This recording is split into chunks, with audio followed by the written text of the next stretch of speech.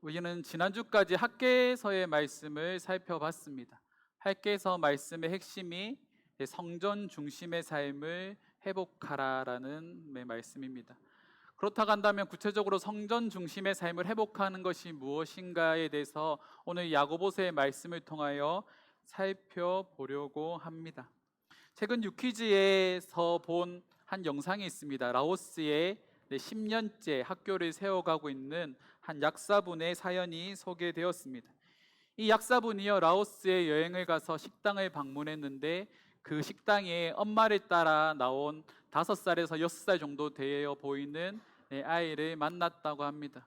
그 아이를 자세히 보니까 머리에서 이제 고름이 나서 머리가 응겨붙고 계속적으로 상처가 벌어지고 있는 그 모습을 보고, 직업이 약사이다 보니까 평소 상비약을 구비해서 다닌다고 합니다. 그래서 가방에서 약을 꺼내서 연고를 아이에게 발라주고 아이에게 내가 한 달 뒤에 와서 다시 너를 보러 올게라는 말을 던졌다고 합니다.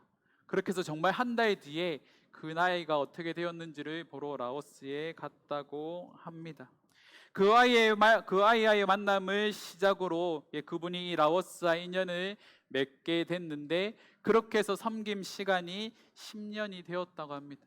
상처받은 그 아이에게 상처를 치료해주고 그 모습이 너무 감동되고 기뻐서 남은 일생을 라오스 아이들을 위해서 바쳐야 되겠다고 결심했다고 합니다. 심지어 이분은요, 자신의 월급의 90%를 이 라오스를 섬기는 일에 사용을 합니다. 그러니까 10개의 학교를 짓고 장학금을 주고 아이들에게 필요한 물품들을 다 제공하는 거죠. 이분이 약사로 일한 지가 42년째 됐다고 합니다. 약사로 일한다라는 건 어느 정도의 안정된 노후가 보장되었다라는 건데, 이분은 그 안정되어 있는 이 노후를 포기하고 이 아이들을 섬기는 일에 자신의 월급의 대부분들을 그리고 재정들을 사용하고 있다라는 거죠. 그 일을 선택하고 그 일을 하겠다라고 결정한 이유가 뭘까요? 그분이 생각하기에 그것이 더 가치 있는 삶이라는 것을 확신했기 때문입니다. 어떻게 보면 더 낮은 곳으로 자기의 안락한 삶을 포기하고, 어떻게 보면 스스로 고난의 자리로, 시련의 자리로 자신을 몰아넣지만 그것이 그분에게 있어서 큰 기쁨이라는 거죠. 오늘 우리가 살펴볼 말씀의 주제가 믿음의 시련입니다. 믿음은 절대자에 대한 신뢰를 의미하는 거고, 이 시련이라는 것은 말 그대로 어려움, 고난을 우리가 당하게 되는 거죠. 그런데 오늘 말씀의 제목에 보니까 왜 믿음의 시련이라고 말을 했을까요?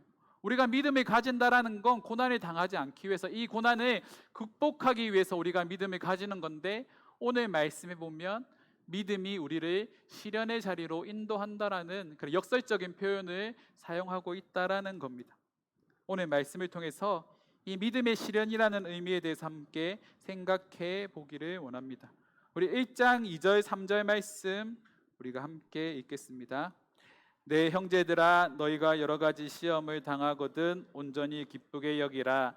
이는 너희 믿음의 시련이 인내를 만들어내는 줄 너희가 알미니라. 오늘 말씀을 살펴보기 전에 잠깐 배경에 대해서 살펴봅시다. 이 야고보서의 저자는 예수님의 형제 야고보입니다. 이 편지의 수신자들은요, 초대교회 성도들입니다. 당시 초대교회 성도들은요, 예수를 믿는다라는 이유로 엄청난 박해에 놓여 있습니다. AD 44년경에 이 초대교회 수장격에 해당하는 리더에 해당하는 예수님의 제자인 야고보가 순교하는 사건이 일어났고, 그 위에 베드로 또한 투옥되게 됩니다. 이런 박해가 일어나고 있는 가운데 믿음을 받아들인 초대교회 성도들은 큰 박해에 놓이게 된 거죠. 어떤 사람들은 믿음을 고백한다라는 이유로 목숨을 잃기도 하고 사회적으로 부당한 대우를 당하기도 합니다. 그런 자들에게 야고보가 이 편지를 쓰고 있는 거죠. 오늘 말씀 2절 3절 말씀에 보니까 이 시험이라는 단어를 야고보가 사용합니다. 여러 가지 시험을 당하거든이라고 말할 때 이 시험이 영어 성경에서 보니까 트라이얼이라는 단어입니다. 이 뜻이 뭐냐면 시험이라는 것인데 최종 결정을 내리기 전에 시험을 의미합니다. 우리가 뭔가를 결정했는데, 어떤 것을 하겠다라고 결정했는데 그 결정과 함께 동시에 우리에게 시험이 주어지게 되는 거죠. 이 단어가 동사로 사용되어지면 능력 등을 시험하다라는 의미로도 사용이 됩니다. 다시 말해서 여러 가지 시험에 직면하게 되는데 이 시험의 이유가 뭐냐면 우리의 믿음이 참된 믿음인지 거짓된 믿음인지를 알아내기 위해서, 검증받기 위해서 이 시험을 당하고 있다라고 야고보가 말을 하고 있는 거죠. 이런 맥락에서 야고보는 1장 3절에 믿음의 시련이라는 표현을 사용하기도 합니다. 이 표현을 영어 성경에서 보니까 testing of your faith입니다. 다시 말해서 당신의 믿음을 뭐 한다고요? 테스트하는 거죠. 야고보가 편지를 쓰고 있는 이 초대교회 성도들에게 당신들이 당하는 이 믿음의 시련이 당신들의 믿음을 테스트하는 기간입니다. 테스트하는 중입니다라고 말을 하고 있는 겁니다. 이것도 우리에게 있어서 조금은 거부감으로 다가올 수 있습니다. 왜 믿음 생활을 하는데 내가 시련을 당해야 돼? 이 시련을 당하는 것은 내가 극복하기 위해서, 내 안에 있는 이 어려움들을 극복하기 위해서 내가 신앙생활을 하는 건데 이 신앙생활 때문에 더 큰 박해를 받고 고통 가운데 살아간다? 우리에게는 이것을 받아들일 수 없는 여러 가지 조건들이 형성되어 있는 거죠. 하지만 그것을 통해서 야고보가 오늘 말씀을 통하여 말하는 게 뭡니까? 그 시간들을 통해서만 우리가 인내를 배울 수 있다라는 겁니다. 이 인내라는 단어를 찾아봤습니다. 특별히 칼빈이라는 종교개혁자가 이 인내라는 단어를 사용할 때 어떤 뜻으로 해석을 하냐면 궁극적 구원을 이루기 위한 성도의 견해, 성도의 견인이라고 사용을 합니다. 다시 말해서 이 인내의 시간을 통해서 우리가 궁극적으로 구원받기 위한 그 구원의 여정이 완성된다라는 거죠. 다시 말해서 우리가 믿음을 가졌을 때의 이 시련이 필수적이라는 겁니다. 우리의 구원을 이뤄가는 일에 인내를 통하여서 이 구원을 완성해 가는 거죠. 초대교회 성도들은 그들이 직면한 이 믿음의 시련들을 통하여서 그들의 믿음이 점점 견고해져 갑니다. 그것을 잘 보여주는 게 히브리서의 내용입니다. 믿음의 전당에 나와 있는 그 수많은 사람들이 그들의 믿음을 지키는 과정에서 온전히 예수만 바라보고 그들이 이루게 될 그 구원만을 바라보면서 그 시련들을 이겨내는 거죠. 이 야고보서 말씀과 같은 맥락에서 바울도 로마서 5장 3절 4절 말씀에서 다음과 같이 말합니다. 우리 함께 읽겠습니다. 다만 이뿐 아니라 우리가 환난 중에도 즐거워하나니 이는 환난은 인내를, 인내는 연단은 소망을 이루는 줄 알미로다. 환난 중에 뭐 한다고요? 즐거워한답니다. 환난은 인내를, 인내는 연단은 소망을 낳는다라고 말을 하는 거죠. 어떻게 환난이 즐거울 수 있을까요? 우리의 소원이 뭡니까? 평탄하게 사는 겁니다. 경제적으로 부족한 것 없고 어려움 없이 그렇게 살아가는 것이 우리의 오랜 바람이고 꿈이지 않습니까? 목사인 저조차도 그런 삶을 살아가기를 꿈꾸고 있습니다. 그런데 오늘 읽었던 말씀과 로마서 5장의 말씀은 뭐라 말합니까? 환난이 우리에게 소망을 준다라는 결론을 내고 있는 거죠. 여기서 우리가 생각해 보아야 할 것이 있습니다. 무엇을 위한 환난인 거죠? 우리가 선택하고 결정했던 그 수많은 문제들, 그리고 그 결정들 가운데서 나의 유익과 나의 만족을 위한 선택으로 오는 환난이 아니라 우리가 믿음이라는 것을 선택하고 그 믿음을 지켜내는 가운데 얻게 되는 그 환난이 우리를 연단하고 인내하게 만들고 최종적으로 소망의 자리로 이끈다라는 겁니다. 우리에게 요구되어지는 믿음이 바로 그와 같은 믿음이라는 거죠. 지난주 연어에 대해서 잠깐 이야기를 나눴습니다. 이 연어에 대한 동화에 대해서 이야기를 하면서 연어들이 결정하는 게 뭡니까? 주인공 은빛 연어가 과학자 연어가 발견한 인간들이 만들어 놓은 편한 길로 하천으로 돌아가자라고 많은 연어들이 말했을 때 우리는 그 길을 선택하는 것이 아니라 폭포를 거슬러 올라가면서 폭포를 거슬러 올라가는데 겪게 되는 고통과 한이를 통하여 건강한 알을 낳고 또한 그들이 경험하였던 그 고통과 함께 오는 그 한이를 자신들이 낳는 새끼들이 기억하고 다시 그 길을 걸어갈 수 있도록 그들은 폭포를 거슬러 올라가자라고 말을 하는 거죠. 이것이 지금 우리에게 요구되어지는 믿음의 삶입니다. 자발적으로 실현의 길을 선택하는 거죠. 의지적으로 믿음의 자리로 나를 낮추며 내려가는 거죠. 그렇다고 한다면 이와 같은 믿음의 삶이 뭡니까? 기독교 신앙은요, 정말 심플합니다. 우리에게 요구되어지는 믿음은요, 살아도 주를 위해 살고 죽어도 주를 위해 사는 겁니다. 다시 말해서 자기 중심적 삶에서 하나님 중심적 삶을 살아가는 것이 우리에게 말하는, 성경이 말하는 믿음이고, 하나님 중심적 삶을 또 한마디로 요약하면 예수님처럼 생각하고 예수님처럼 살아가는 거죠. 우리가 예수님처럼 생각하고 예수님처럼 살아내기 위해서는 우리는 예수님의 삶을 묵상할 필요가 있습니다. 우리가 궁극적으로 추구해야 되는 이 신앙생활의 모습이 예수님과 같은 삶이라고 한다면 우리는 예수님의 삶을 깊게 묵상해보고 이 예수님의 삶과 나의 삶을 비교해 보아야 한다는 거죠. 맥스 루케이도가 쓴 예수님이처럼이라는 책을 예전에 저희 교회에 한번 읽었으면 좋겠다라고 추천을 드린 적이 있습니다. 이 책에 보면 요한복음 13장에 나오는 내용에 대해서 이야기를 하면서 요한복음 13장 14절 15절에 나오는 이 예수님께서 제자들의 발을 씻기시는 장면에 대해 다음과 같이 말합니다. 우리 요한복음 13장 14절 말씀 15절 말씀 우리 먼저 한번 읽겠습니다. 내가 주와 또는 선생이 되어 너희 발을 씻었으니 너희도 서로 발을 씻어주는 것이 옳으니라. 내가 너희에게 행한 것 같이 너희도 행하게 하려 하여 본을 보였노라. 루케이도는요, 이 말씀에 대해서 다음과 같이 설명합니다. 예수님은 두 가지 이유로 발을 씻어 주신다. 첫 번째는 자비를 베푸시려는 것이고, 둘째는 우리에게 메시지를 주시려는 것이다. 그 메시지는 단순하다. 예수께서 무조건적인 은혜를 베푸셨으니 우리도 무조건적인 은혜를 베풀어야 한다는 것이다. 우리의 잘못보다 그리스도의 선행이 선행된 것처럼 우리의 자비도, 잘 들어보십시오, 다른 사람의 잘못보다 선행되어야 한다. 그리스도 주변에 있는 사람치고 그분의 사랑을 의심한 사람은 없다. 우리 주변 사람들도 우리의 사랑에 의심이 없어야 한다. 예수님의 마음을 품는다는 것은 무슨 뜻인가? 핵심입니다.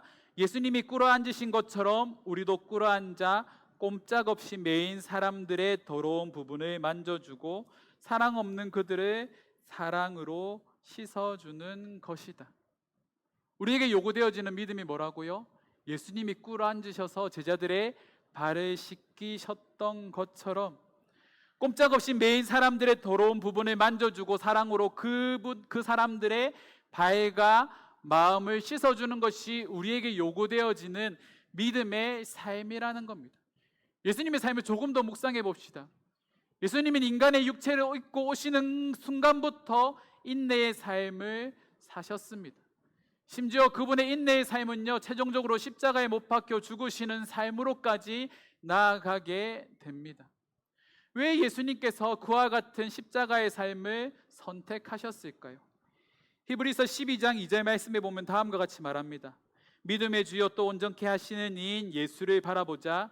여기가 핵심이죠. 그는 그 앞에 있는 기쁨을 위하여 십자가를 참으사 부끄러움을 개의치 아니하시더니, 뭐 하셨다고요? 그분이 얻게 되는, 그분의 사랑하는 자녀들이 구원받는 그 모습, 그 기쁨을 위하여 십자가의 부끄러움을 참으셨다라고 말씀하시는 겁니다.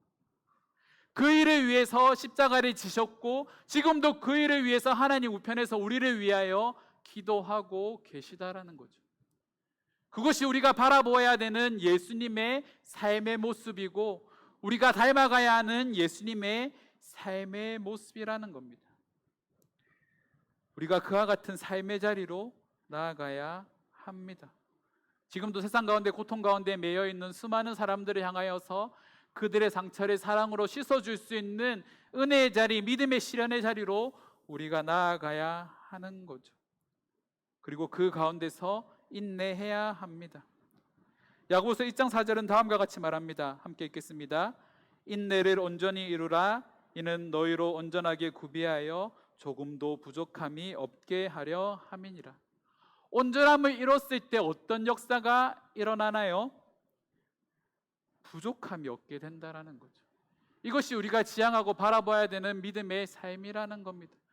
우리의 믿음은 순서가 바뀌었죠. 모든 것들이 평탄하고 잘 될 때 하나님을 잘 믿는다고 우리는 생각합니다. 아니요, 반대죠. 우리가 믿음의 시련 가운데 나아갈 때 그것 가운데 역사하시며 우리의 모든 필요와 우리가 요구하는 모든 것들을 이루어주시는 그 하나님을 경험할 때 우리의 믿음이 성장하게 되는 겁니다. 시련이 없으면 우리의 믿음은 결코 성장할 수 없습니다. 지금 여러분들의 믿음을 한번 되돌아보십시오. 여러분들의 믿음이 성장하고 있습니까? 아니면 여전히 제자리 걸음으로 머물러 있지는 않으십니까? 그러면 또 과거를 한번 생각해 봅시다. 여러분들의 믿음이 성장했던 때는 언제입니까? 바로 여러분들이 시련 가운데 있을 때죠. 시련 가운데 놓여 있을 때 하나님께 기도하고, 시련 가운데 놓여 있을 때 하나님께 부르짖고 기도하고 매달렸던 그 시간 내에 우리의 믿음이 성장했다라는 겁니다. 지금 우리가 살아가는 이 시대는요, 우리가 의지적으로 그런 시련의 자리로 내려가지 않으면 우리가 그 은혜를 경험할 수 없는 시대를 살아가고 있습니다. 초대교회 성도들처럼 우리가 1차원적인 육체적 박해와 정신적 박해를 당하고 있는 상황도 아니고, 그냥 마음만 먹으면 정말 편하게 계속적으로 신앙생활을 편하게 할 수 있는 상황에 놓여 있는 것이 우리가 살아가는 신앙의 자유를 허락받은 시대입니다. 그런 시대에서 어떻게 우리가 우리의 믿음을 유지하고 우리의 믿음을 성장시켜 갈까요? 끊임없이 우리를 믿음의 시련의 자리로 몰아넣어야 됩니다. 더 낮은 곳으로 초대하시는 그분의 부르심에 우리가 응답하면서 끊임없이 낮은 곳을 향하여 내려가기 위해 노력해야 한다라는 겁니다. 그런 삶을 살아가기 위해서 우리에게 지혜가 필요합니다. 우리 1장 5절 말씀입니다. 우리 함께 읽겠습니다. 너희 중에 누구든지 지혜가 부족하거든 후히 주시고 꾸짖지 아니하시는 하나님께 구하라. 그리하면 주시리라. 이 시대에 우리에게 필요한 지혜가 뭘까요? 저는 그 지혜가 지금도 우리를 이끌어가고 있다고 생각합니다. 하나님께서 우리에게 주시는 선한 양심과 성경의 말씀입니다. 우리가 이 말씀대로 살아가는 것이 바로 지혜이고, 잠언에서 말하고 있는 것처럼 여호와를 경외하는 것이 지혜의 근본이라는 말처럼 우리가 하나님을 생각하며 그분을 위해 살아가기 위한 그 고민하는 그 모든 순간, 그리고 그 지혜가 우리를 이끄는 그 믿음의 자리가 바로 우리에게 축복의 자리라는 거죠. 우리가 하나님을 바라보면 바라볼수록 우리는 자연스럽게 낮은 곳을 향하여 우리의 시선이 머물게 되어 있습니다. 제가 거리 아이들에게 간식을 나눠주는 것도 이와 같은 맥락에서 시작된 겁니다. 신앙의 매너리즘에 빠졌을 때 믿음이 더 이상 성장하지 않는다, 여전히 내 마음이 차갑고 아무런 의욕도 없고 어떻게 이 믿음을 성장시켜야 될지 몰랐을 때에 하나님은 자발적으로 낮은 곳으로 내려가게 만드셨습니다. 그리고 그곳에서 경험했던 하나님의 은혜를 지금도 잊지 못합니다. 교회를 이전하고 제 안에 여전히 남아있는 불편함이 있습니다. 종종 말씀드리죠. 더 많이 섬기고 싶은데 저도 모르게 위축되고 멈칫멈칫하는 저 자신을 발견하고 있습니다. 아이들에게 간식을 사 먹이는 것도, 아이들에게 만나서 밥을 사 먹이는 것도 부담으로 느껴집니다. 하지만 오늘 말씀을 준비하면서 저 또한 하나님 앞에 한 가지 결단하는 시간을 가져봅니다. 그리고 그 결단 가운데 1장 6절의 말씀이 있습니다. 우리 1장 6절 말씀 함께 읽겠습니다. 오직 믿음으로 구하고 조금 더 의심하지 말라. 의심하는 자는 마치 바람에 밀려 요동하는 바다 물결 같으니. 우리가 믿음의 생활을 할 때, 우리가 소위 말하는 그리스도인다운 삶을 살아갈 때 우리에게 필요한 것이 바로 의심하지 않는 믿음이죠. 제가 끊임없이 말했던 전적으로 하나님을 신뢰하는 삶, 먼 미래를 준비하는 삶이 아니라 지금 당장 믿음을 결단하고 믿음의 삶을 살아갈 때에 그 믿음의 삶을 통하여서 하나님께서 우리를 선한 길로 인도하실 것이다라는 그 믿음의 확신대로 살아가는 삶, 그것이 우리에게 요구되는 삶이라는 겁니다. 믿음이 없어서 마치 바람에 밀려 요동하는 그 바다 물결을 보고 힘들어하는 그런 삶이 아니라 예수님이 향하여 폭풍 가운데 걸어가던 그 베드로가 마주하는 폭포와 바람에 두려워서 예수님께서 나아오라는 그 말씀에 의심하여 물에 빠졌던 그런 모습이 아니라 온전히 주님만 바라보고 나아갈 수 있는 믿음의 결단이 지금 저와 여러분들 가운데 요구되어진다라는 겁니다. 그리고 그 일을 위하여서 우리는 폭풍 가운데로 걸어가야 되는 거죠. 그 길을 살아가는 것이 결코 쉽지 않습니다. 우리가 살아가는 것들 뻔하잖아요. 저와 여러분들하고 별반 다르겠습니까? 하지만 그 가운데서도 우리가 한 걸음 더 나아가서 우리가 섬길 수 있는 그 삶의 영역들, 우리가 사랑의 손길을 베풀어야 되는 그 수많은 사람들을 향하여서 우리는 의지적으로 다가가야 합니다. 때로는 그들이 섬기는 일에 물질적인 헌신도 필요하고 우리의 시간들 쏟아내야 되고 육체적으로 피곤한 삶으로 우리가 나아가야 할지도 모릅니다. 하지만 한 가지 확실한 건 그런 삶 가운데 하나님께서 우리에게 부어주시는 은혜가 분명히 있다라는 거죠. 저는 저와 여러분들이 이 믿음의 실현의 자리로 담대하게 나아갈 수 있는 성도들이 되기를 원합니다. 우리의 믿음만 지키면서 이렇게 아둥바둥 치면서 살아가는 것이 아니라 하나님께서 우리에게 맡겨주신 그 사명을 향하여서 예수님께서 제자들의 발을 씻기셨던 것처럼 사랑으로 그들의 마음을 만져주셨던 것처럼 우리 또한 그리스도의 사랑을 가지고 상처받은 사람들을 향하여 그들의 마음을 만져주고 도움의 손길이 필요한 자들에게 도움의 손길을 내밀 수 있는 더 낮은 곳으로 더 깊은 은혜의 자리로 나아가는 저와 여러분들이 되기를 주님의 이름으로 축원합니다. 그 길을 걸어갈 수 있는 믿음이 우리 가운데 있었으면 좋겠습니다. 말씀을 정리합니다.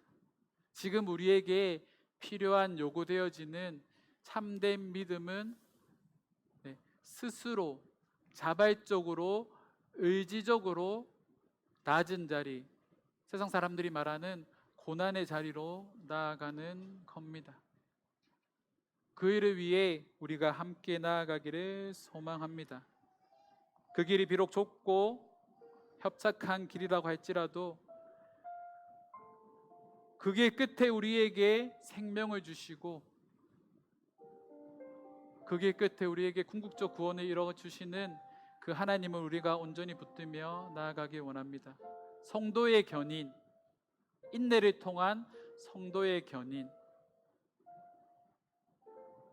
최종적으로 구원으로 향하는 그 여정에 우리가 기쁨으로 믿음의 시련을 감당하는 우리 영교회 성도들이 됩시다.